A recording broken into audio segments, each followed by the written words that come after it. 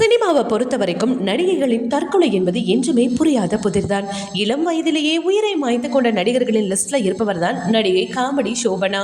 ஜில்லுன்னு ஒரு காதல் படத்தில் வடிவேலுக்கு ஜோடியாக நடித்ததன் மூலம் பெரிய அளவில் பிரபலமானார். அதற்கு முன்பே சன் டிவியின் மீண்டும் மீண்டும் சிறப்பு, விஜய் டிவியில் லுள்ளு சபா நிகழ்ச்சிகளில் நடித்திருக்கிறார். இதன் மூலம் தான் அவருக்கு சினிமாவில் வாய்ப்பு கிடைத்தது. ஜில்லுன்னு ஒரு காதல் திரைப்படத்திற்கு பிறகு வடிவேலு தொடர்ந்து தன்னுடைய படங்களில் வாய்ப்பு கொடுக்க ஆரம்பித்தார். சிறுத்தை படத்தில் ஒரு சீனில் கார்த்தியுடன் சண்டை போடும் காட்சியில் கூட வயிறு குலுங்க சிரிக்க வைத்திருப்பார். சோபனா கடந்த 2011ஆம் ஆண்டு தன்னுடைய வீட்டில் தூக்கிட்டு தற்கொலை செய்து கொண்டார். அவருடைய மரணத்திற்கு பல்வேறு காரணங்கள் சொல்லப்பட்டது. ஏன் வடிவேலுவை கூட காரணமாக சொல்ல ஆரம்பித்தார்கள். இந்த நிலையில் சர்ச்சைகளுக்கு முற்றுப்புள்ளி வைத்திருக்கிறார் அவருடைய சகோதரி. சமீபத்தில் அவள் விகடன் சேனலுக்கு சோபனாவின் சகோதரி பேட்டி ஒன்றை கொடுத்திருக்கிறார். அதில் சோபனாவுக்கு அல்சர் அதிக அளவில் பாதிப்பை ஏற்படுத்தி இருப்பதாக சொல்லியிருக்கிறார். சிக்கன் குனியா வந்த பிறகு அவரின் உடல்நலம் ரொம்பவும் மோசமாக இருந்ததாகவும் சொல்லியிருக்கிறார். அதே நேரத்தில் சோபனாவுக்கு காதல் தோல்வியும் ஏற்பட்டதால் திருமணமும் வேண்டவே வேண்டாம் என்று சொல்லியிருந்தாராம்.